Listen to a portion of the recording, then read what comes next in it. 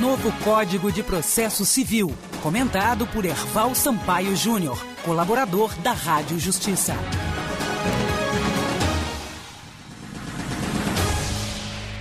Essa cópia da inicial nas ações de família, ela não vai ser entregue para outra parte para que ela se dirija à audiência de conciliação e mediação. Olha que interessante, meu amigo Pedro. Você veja o porquê disso. Você consegue saber o porquê que nas ações de família, nesse primeiro ato, nós não vamos ter a entrega da contrafé para outra parte? Você consegue entender por quê? O porquê disso? Geralmente, quando se entrega a contrafé, que é essa cópia, é geralmente para se tomar ciência e depois poder realizar a contestação, né? Exatamente, meu amigo Pedro.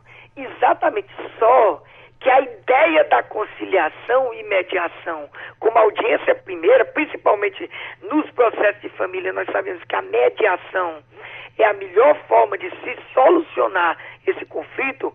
Por quê? Porque nós vamos tentar restabelecer a comunicação entre as partes, entre marido e mulher, que muitas vezes brigam, estão totalmente sem se comunicar e tem diversos problemas a se resolver.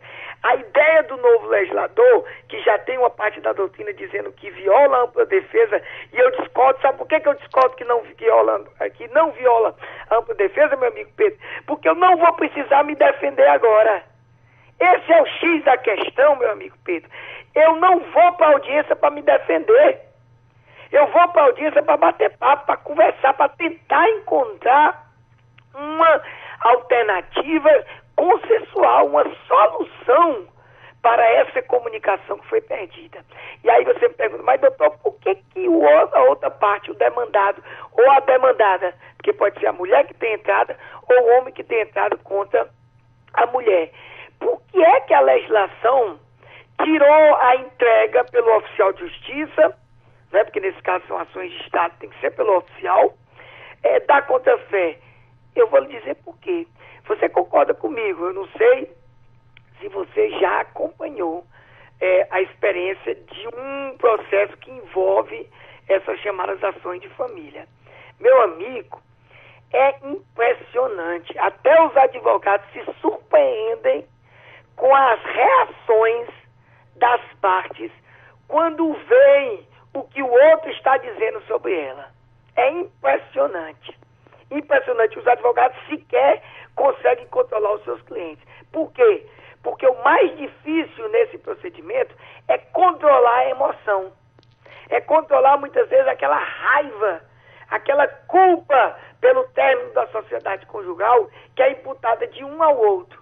E aí a gente tenta evitar aquele sentimento de raiva com relação a tudo que foi colocado pela parte que entrou na justiça. Por quê? Porque nós não vamos viabilizar naquele momento a solução do processo via juiz, e sim uma conversa, e sim um bate-papo. Então, por mais que ele vá saber o que foi que a outra parte disse, por que ele não possa só saber na hora desse bate-papo? Porque a citação efetiva, a ideia dele ter que se contrapor, se não houver acordo, repito, se não houver acordo, só vai começar a contar o prazo de 15 dias da data da audiência. Olha a diferença, meu amigo Pedro. Tanto para o procedimento comum único, aquele que eu deixei para falar, esse final nesse momento, quanto para esse procedimento novo de família, que são semelhantes. Mas no primeiro, ou seja, não sendo ações de família, o demandado, o réu, já recebe a contrafé. Nas ações de família, essa contrafé ele só vai receber, ele só vai ter acesso a ela depois da audiência de conciliação e mediação. Veja que é uma técnica interessante, meu amigo Pedro. É uma técnica realmente que a gente espera que possa melhorar, que possa retirar essa cultura de adversariedade, essa cultura que nós temos de brigar, ou como eu gosto de falar, meu amigo Pedro, esse espírito de porco, né, para as pessoas entenderem o que significa isso, eu acho super interessante e evidentemente nós precisamos se estruturar para melhor receber essa questão dessa audiência única, dessa audiência obrigatória, desse procedimento novo, tanto o padrão quanto esse procedimento de família. Agora, doutor Erival, nessa parte das ações de família, a partir do momento que não tem a entrega da contrafé para a outra parte tomar conhecimento do que está sendo pedido ali, de certa forma não pode causar uma surpresa ela tomar conhecimento apenas no momento da audiência de conciliação? Não seria bom ela já ter ciência previamente do que está sendo pedido contra ela? Na realidade, meu amigo Pedro, nesses termos que você colocou, é impossível que alguém responda que não causa surpresa. Claro que vai causar surpresa para ela. Porque diferente do procedimento comum para os casos que não são de família, a pessoa que vai a essa audiência obrigatória de conciliação e mediação, ela vai sabendo o que foi que se falou contra ela, não é verdade? Isso mesmo. Nas ações de família, não. Só que tem um detalhe, meu amigo Pedro. É isso que eu estou chamando a atenção. Tem um detalhe super interessante com relação a isso. Veja, causa surpresa, causa sim.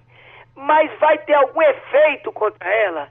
Ela vai sofrer alguma coisa, a não ser o ato de ter que ir obrigatoriamente à audiência, que é um ato comum para todo tipo de procedimento? Isso que é interessante, alguma coisa? Porque não tem um efeito processual, né, contrário.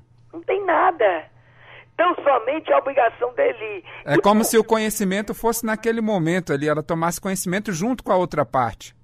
Mas aí não pode, porque a outra parte foi que entrou, né? Exatamente, a outra parte entrou, mas aí elas tomam conhecimento, digamos, a outra parte entrou, mas elas estão juntas, como se estivessem lendo a inicial juntas ali naquele momento. Mais ou menos, isso, gostei. Por isso que eu gosto de, quando a gente entrou nesse projeto aqui, da gente poder bater esse papo para que o amigo e a amiga acompanhe e veja justamente essas nuances, não técnicas propriamente ditas, mas que interessam ao cidadão todo dia. O autor, na realidade, ou a autora dessa ação, ele fez com o advogado. Muitas vezes o advogado nem mostrou para ela a sua petição, concorda? Isso. Então ela vai ter também uma certa ciência naquele momento. Mas por que é, meu amigo Pedro, que se evita de entregar a contrafé? Porque você sabe que na hora em que ele vê aquela contrafé de um processo que envolve muita emoção, que é a vida toda da pessoa, que muitas vezes quem entrou com a ação coloca toda a culpa, diz que tudo quem está errado é outra parte, vai criar aquele sentimento de animosidade.